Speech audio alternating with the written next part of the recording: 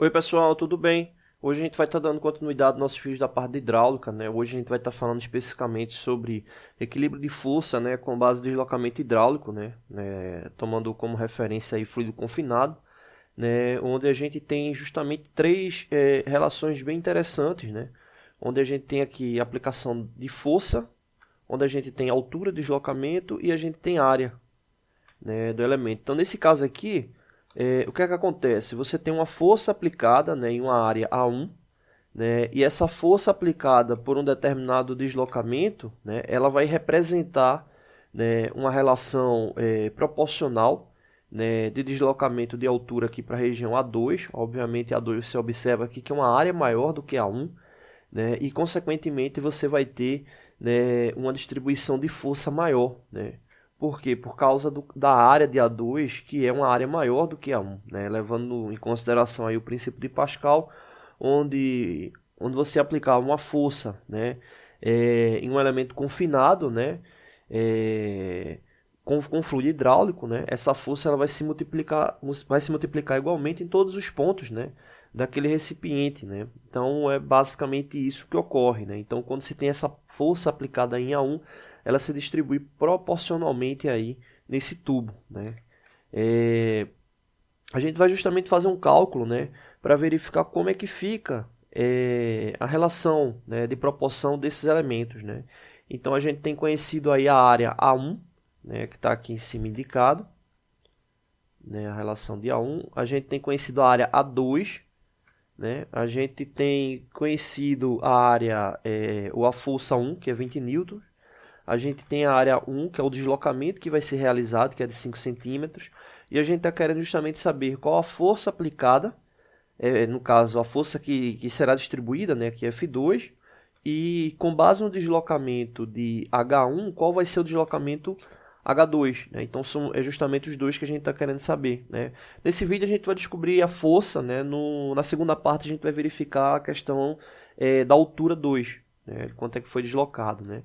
Então a gente toma como base essa fórmula, né? Onde para descobrir a força 2, onde a gente vai ter a área 2 dividido pela área 1, né? No caso aí 10 metros ou 10 centímetros quadrados por 2 centímetros quadrados, né? Então quando você vai ter centímetro quadrado por centímetro quadrado, anula, né? E multiplicando pela força F1, você vai ter a nova força resultante F2, né? Então nesse caso aí a gente vai ter 10 centímetros quadrados dividido por 2, vai dar 5, 5 multiplicado por 20 vai dar 100 newtons, né? Então essa é a força que será resultante, né, com base nesse deslocamento F1, né? Então com base no deslocamento F1 a gente vai ter essa nova força que é F2, que a gente observa aí que é 5 vezes maior do que a força F1, né? Ou seja, você aplicou 20 newtons de força e teve uma multiplicação de 100 newtons, né?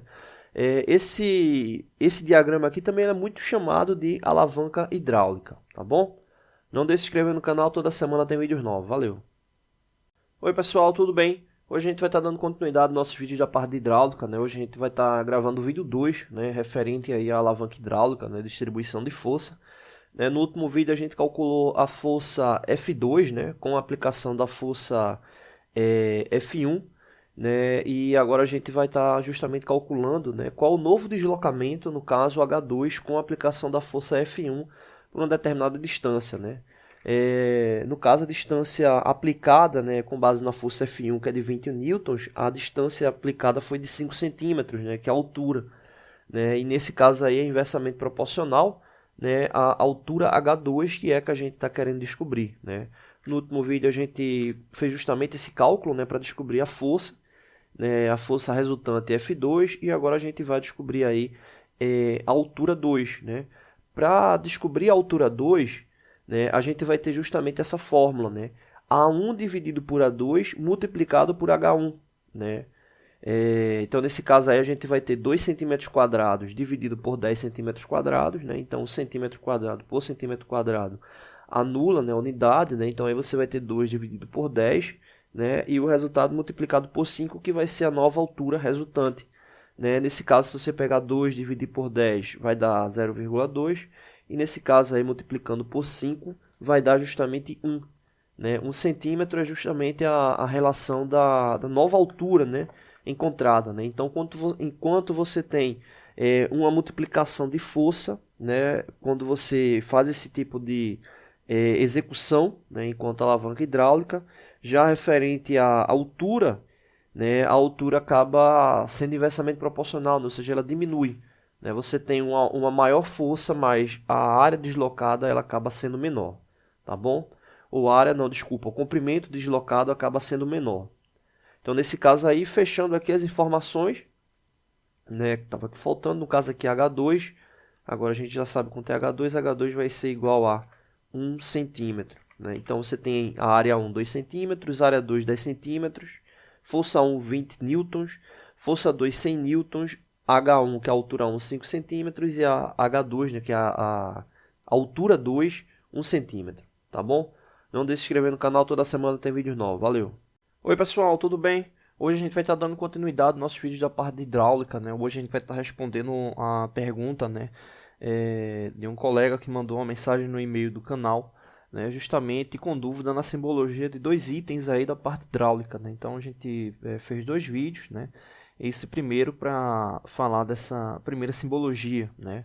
Essa simbologia, ela de fato ela não é tão comum, né? E ela representa, né, justamente uma válvula reguladora, né, de vazão com compensação de pressão e temperatura, né, que é essa aqui, né?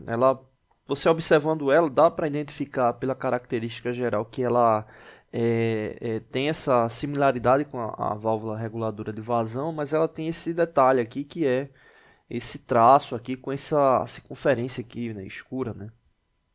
E isso aí representa justamente a questão da simbologia referente à temperatura, né? Então, essa válvula ela tem um detalhe que para regular a vazão, né? Ela tem como base também, né, a questão da temperatura, né? A gente sabe que um líquido, quando ele é aquecido, ele tende a perder característica de viscosidade, né? Ou seja, ele acaba tendo uma característica de maior fluidez, porque ele vai perdendo ponto de viscosidade, né? Então, alguns sistemas, né, precisam desse tipo de válvula para poder regular a vazão de acordo com a temperatura do sistema.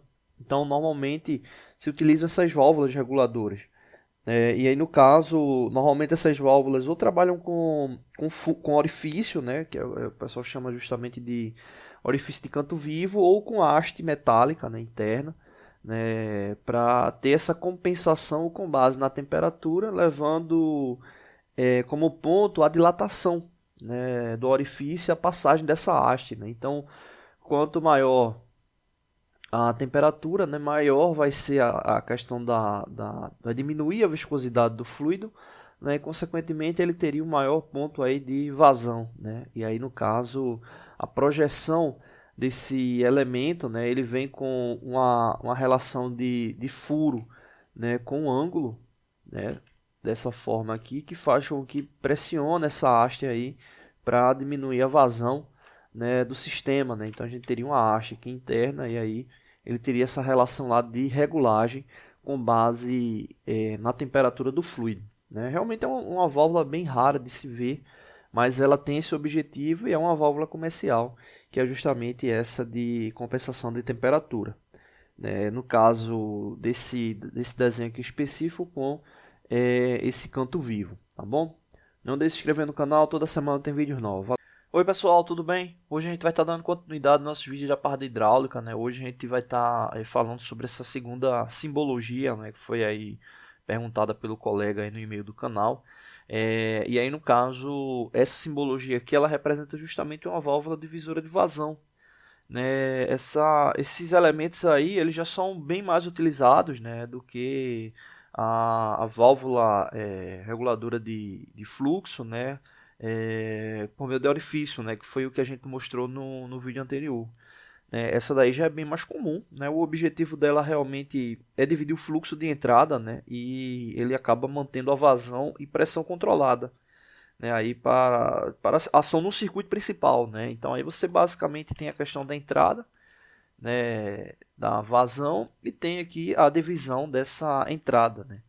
Então, esse é o objetivo aí, quando você, exemplo, quer fazer um deslocamento proporcional aí em dois cilindros hidráulicos aí, manter o mesmo fluxo aí, né, nesse avanço, mantendo aí a velocidade deles aí de forma igual, essa válvula ela dá uma ajuda grande nesse tipo de aspecto, né? Quando você precisa fazer, né, esse deslocamento aí de forma controlada, né? Então esse é o objetivo dessa válvula, ela é simples e ela é bastante utilizada, né? A válvula divisora de vazão, tá bom? Não deixe de se inscrever no canal, toda semana tem vídeo novo. Oi pessoal, tudo bem? Hoje a gente vai estar dando continuidade aos nossos vídeos da parte de hidráulica, né? Hoje a gente vai fazer mais um vídeo sobre questão de velocidade de fluxo, né? Velocidade de fluxo, como vocês sabem, representa justamente para a hidráulica a velocidade do fluido dentro da tubulação, né? Então nesse caso aqui a análise que a gente vai fazer é justamente com base na equação da continuidade, né? Então a passagem de um fluido de um diâmetro maior para um diâmetro menor, né? Nesse caso aí a gente leva em consideração a vazão 1, né? Para o diâmetro maior, ou a velocidade 1 para o diâmetro maior, que é justamente a vazão dividido pela área, e para a velocidade 2, um diâmetro menor, que é justamente a relação da velocidade 1, né, do diâmetro maior multiplicado pela área 1 do diâmetro maior, dividido pela área do diâmetro subsequente, que é justamente o diâmetro menor. Né? Então a gente tem essa fórmula referente à velocidade para o diâmetro 1, né, e a outra fórmula, né, aqui de baixo, da velocidade 2 para esse outro diâmetro. Né? Então, vamos verificar aqui uma suposição para a gente poder calcular, né, esses valores aqui de velocidade. Né? Então, supondo aí que o diâmetro 1, né, o diâmetro maior, seja 3 polegadas e o diâmetro 2, 2 polegadas, e a vazão, né, do líquido seja de 150 litros por minuto, né, ou 150 LPM, com base nesses dados, né, o primeiro passo é converter os diâmetros, né, polegada para milímetro, né, ou centímetro. Né? Então, nesse caso aí, o primeiro diâmetro, como é 3 polegadas, né? E 1 polegada equivale a 2,54 centímetros, é só multiplicar por 3, né? Que vai dar igual a 7,62 centímetros. Né? Então, é a relação de diâmetro do diâmetro 1. Né? Para o diâmetro 2, a mesma lógica, né? Só que muda agora 2 polegadas. Né? Então, vou ter 2 vezes 2,54, que vai dar aí 5,08 centímetros. Né? Então, a relação do diâmetro 1, 7,62 centímetros, diâmetro 2, 5,08 centímetros. Então, nesse caso aí, é justamente a relação que a gente vai ter para a figura que está aqui indicada. Né? Então, aqui a gente tem a relação para o primeiro diâmetro e aqui para o segundo diâmetro. Né? Nesse caso, como a gente já tem a relação da área, agora a gente já pode aplicar, ou a relação do diâmetro, a gente já pode ir com base na fórmula, lembrando que a gente precisa agora encontrar a área. Né? Então, nesse caso, área 1, como a gente já tem um diâmetro, né, a gente pode usar a relação da fórmula para a área circular, né, πr ao quadrado. Então, nesse caso aí, como a gente já calculou o diâmetro e encontrou 7,62 centímetros, né? Pegando o raio, né? Ou seja, esse valor aqui dividido por 2, que vai dar 3,81. 3,81 ao quadrado multiplicado por 3,14 vai dar igual a 45,58 centímetros quadrados. Né? Então, essa é a área do diâmetro 1. A área é essa que a gente precisa para poder calcular a velocidade 1, né? Que é justamente a vazão pela área. Já que a gente vai precisar da área 1, a gente também vai precisar da área 2, né? A mesma fórmula. Né? Então, no caso aí, como o diâmetro é de 5,08 centímetros, a gente vai precisar do raio, que é 2,54, né? Está aqui indicado. E como a fórmula é πr ao quadrado, a gente vai ter justamente 3,14 multiplicado por 2,54 ao quadrado. Esse cálculo ele vai dar 20,25 centímetros quadrados. Né? Então, é a área 2. Né? Nesse caso, agora eu já posso aplicar direto na fórmula. Para a fórmula da velocidade 1, a gente converte, né, 150 LPM para centímetros cúbicos por minuto. Né? Então, aí convertendo vai dar 150 mil centímetros cúbicos por minuto, dividindo por 45,58 centímetros quadrados, que é a área, vai dar aí 3.290 centímetros por minuto. Né? E aí, nesse caso, a gente pode converter de centímetros por minuto para metros por segundo, né? Para já usar o valor direto na segunda forma. Né? 3.290 centímetros por minuto significa o seguinte, ou seja, se a gente tem 3.290 centímetros por minuto, né, a gente pode converter esse valor de centímetros aí para metros, né? Ou seja, se ele faz essa velocidade, né, de 3.290 centímetros em 1 minuto, seria a mesma coisa dele estar fazendo 32,88 metros, né, aí aproximadamente, né, ou 32,90 metros.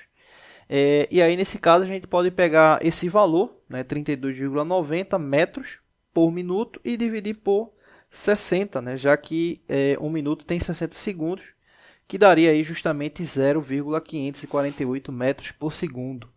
Né? Então, 3.290 centímetros daria 32,90 metros, dividido por 60 segundos, né, que é a relação do minuto, daria 0,548 metros por segundo. Então, é a velocidade 2, ou a velocidade do diâmetro 1, e aí a gente pode aplicar direto na fórmula 2. Né? Ou seja, a gente teria 0,548 metros por segundo, multiplicado pela área 1, 45,58 centímetros quadrados. O resultado divide pela área 2, 20,25 centímetros quadrados, e aí vai dar a velocidade final 1,23 metros por segundo. Ou seja, a gente vai ter uma relação,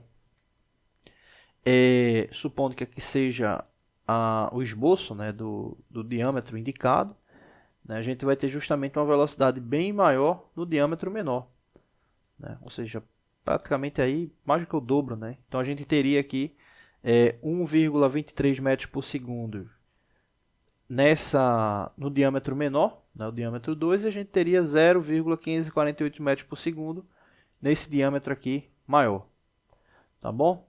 Não deixe de se inscrever no canal, toda semana tem vídeos novos. Valeu! Oi pessoal, tudo bem? Hoje a gente vai estar dando continuidade nos nossos vídeos aqui da parte de hidráulica, né? Justamente respondendo a pergunta de um colega que mandou um e-mail para o canal, perguntando se tem como a gente verificar a indicação de vazão com base na mudança, né, troca de um motor, né? Ou seja, ele tem um motor, né, acoplado a uma bomba, ele sabe qual é a vazão, ele vai colocar um outro motor, e só que ele queria saber se esse novo motor acoplado a essa bomba se vai atender a vazão específica. A gente criou aqui uma situação problema justamente para poder explicar isso, né? Tá aqui, ó, uma bomba está acoplada a um motor com 1.600 RPM e a mesma tem uma análise de vazão, né, com base no deslocamento de 1.000 litros em 8 minutos. Né? Ou seja, essa bomba atual, né, acoplada a esse motor, ele desloca 1.000 litros em 8 minutos.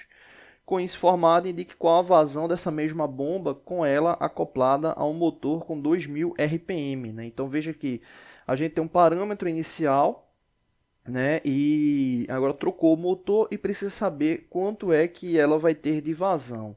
Né? Então aqui o primeiro passo, né, vai ser justamente como a gente normalmente, né, é feita essa indicação, né, de você ter um reservatório, né, com uma certa capacidade, né, e faz ali a verificação ali com base, né, no deslocamento para que ele venha ficar cheio, né, e aí não necessariamente ele vai ficar cheio em um minuto. Né? Então no caso aí, exemplo, 1.000 litros ficou cheio em 8 minutos. Né? Então, se 1.000 litros foi deslocado em 8 minutos, então 1.000 litros dividido por 8 minutos vai dar 125 litros por minuto. Né? Ou seja, a vazão atual desse sistema em LPM é 125 LPM, né? Ou seja, 125 litros por minuto. Beleza.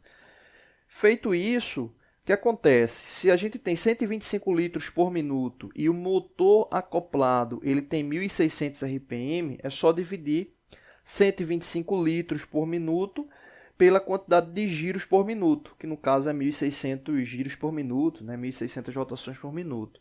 E isso significa o quê? Eu estou dividindo uma certa quantidade de litros deslocado, né, por uma certa quantidade de rotações por minuto. Como eles estão na mesma unidade de tempo, né, ou seja, significa que a cada giro que esse motor que está acoplado à bomba deslocar, a gente vai ter justamente aí 0,078 litros, né, por giro, né, ou por revolução. Então é só dividir 125 LPM por 1.600 RPM. Né, que aí a gente vai ter realmente a capacidade de deslocamento volumétrico, que é justamente essa unidade que a gente precisa saber. Né? Ou seja, por giro, independente da quantidade de rotações por minuto, né, por giro, esse sistema ele vai deslocar 0,078. A gente não está colocando nenhum dado no que diz respeito à eficiência, né, porque a gente já está verificando aí um valor real, né, já está verificando ali um valor real, mas né, muito dos casos é importante fazer essa análise de eficiência, né, colocar uma taxa ali de 0,90, 0,95, né, isso é normal, esses elementos aí perderem um pouco de eficiência. Outro detalhe importante é o seguinte, No caso da nossa situação problema, o motor inicial ele é 1.600 RPM, o segundo motor 2.000 RPM. Vamos supor que a gente tivesse um motor, hipoteticamente, aí, com 4.000 RPM. Será que a gente poderia colocar 4.000 RPM para ser acoplado na bomba? Né? Fisicamente, sim, né? Mas só que a gente está falando de um mecanismo, né? O qual esse mecanismo ele vai ter uma série de variações, atrito, vibração, lubrificação. Então não é simplesmente pegar um motor com a rotação maior, né? Supondo que o motor dá para acoplar, né, na bomba certinho, né? Não é só isso aí que vai ser a análise, né? Eu tenho que verificar se a bomba ela suporta aquela RPM, né? Normalmente as bombas têm uma indicação de variação de rotação mínima e máxima, né? O qual ela consegue ter eficiência ali no que diz respeito ao deslocamento, né? Então é importante também essa análise, né? Só pegar ali um motor com a rotação maior e vou ter uma vazão maior. Eu posso estar fazendo isso, posso até estar a bomba está funcionando ali inicialmente, mas eu posso estar aumentando o aquecimento dela e podendo causar uma série de problemas ali, inclusive como cavitação e aeração. Bom, beleza, voltando aí para o problema, né? A gente está com essa indicação de 0,078 litros por revolução. Ou seja, se a cada giro ele vai deslocar 0,078, é só agora a gente multiplicar o 0,078, né, por 2.000, né? Ou seja, 0,078 litros por revolução multiplicado por 2.000, que são 2.000 giros, a gente vai ter o total aí da vazão aí em minutos, né? Então 0,078 multiplicado por 2.000 vai dar 156 LPM, né? Então essa seria, né, teoricamente a nova vazão, né? Então ele sairia de 125 LPM para 156 LPM, né? Seria aí a mudança de vazão aí do sistema, beleza? Não deixe de se inscrever no canal, toda semana tem vídeos novos. Valeu!